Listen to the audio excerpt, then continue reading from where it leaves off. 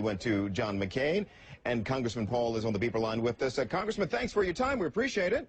Thank you. Good to be with you. Hey, Congressman, do you give the president's policies credit for thawing markets for auto sales and student loans? What do you think of what the president said in his speech? Well, I don't think a whole lot of it. I think we had a new deal and a fair deal, but I think this is going to be a bad deal and not help at all. But I don't blame him for the problems. I blame him for the prolongation of this, because he was very explicit by saying that government shouldn't cut back on spending. He wants to massively increase the spending, and therefore he's going to prolong it. But this was a long time in building. This took 25, 30 years to build the bubble, and everything he talks about is reinflating the bubble and buying up bad assets, and then later on we'll deal with discipline. But he mentioned that individuals don't want to spend money because they're doing the correct thing. They're pulling back, they're saving, and that's what an individual's supposed to. But a country shouldn't be any different. When you spend beyond your means and have too much debt and too much borrowing, that's what you have to do. And his statement that if government didn't do this, it would prolong the Depression, he's absolutely wrong on that, because that is the understanding of the Depression. It was prolonged because of the intervention of Hoover and Roosevelt. Okay, Congressman, let me jump in and ask you this. Do you believe the markets would have cleared away the wreckage, to use the president's words here, in our economy without the $787 billion stimulus package? Well, it wouldn't be completely done, but this way is going to go on for years and years, and they're going to destroy the dollar.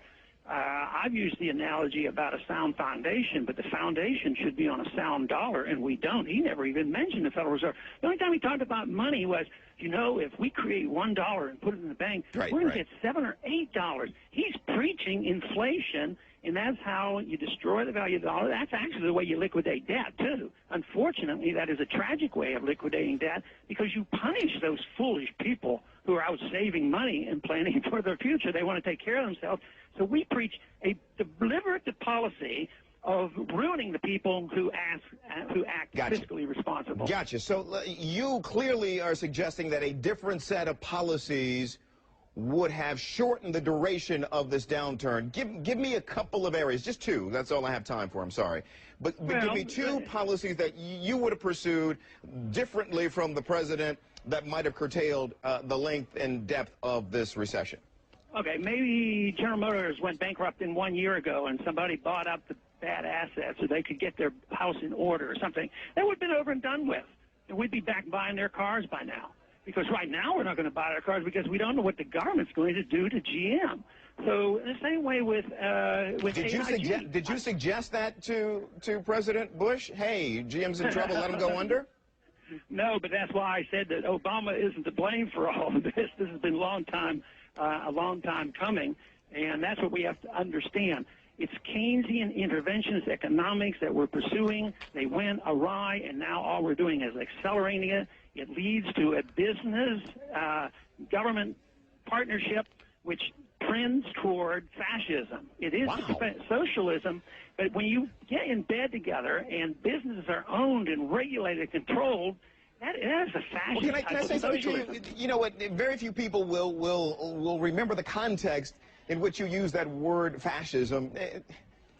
Is that responsible to toss that word around? Well, that is if you don't understand an economic fascist versus military fascism, and I'm not referring to military fascism. I'm strictly talking economic terms, and there is an economic fascism where government and business are partners, and when businesses get into trouble, they love it. Is it the little guy that's going to have the tax rallies tomorrow? No. It's not the big guys. The big guys are getting all the benefits. The little guys are having the rebellion because they haven't received anything, because they're sick of this type of partnership where the big guys get bailed out when times are good. They get low taxes and they make billions. But no, I think you have to understand there's a difference between economic fascism and military fascism. I wanted to at least give you an opportunity to expand on that statement. Congressman Paul, thanks for your time. We appreciate it. Thank you. And new trouble.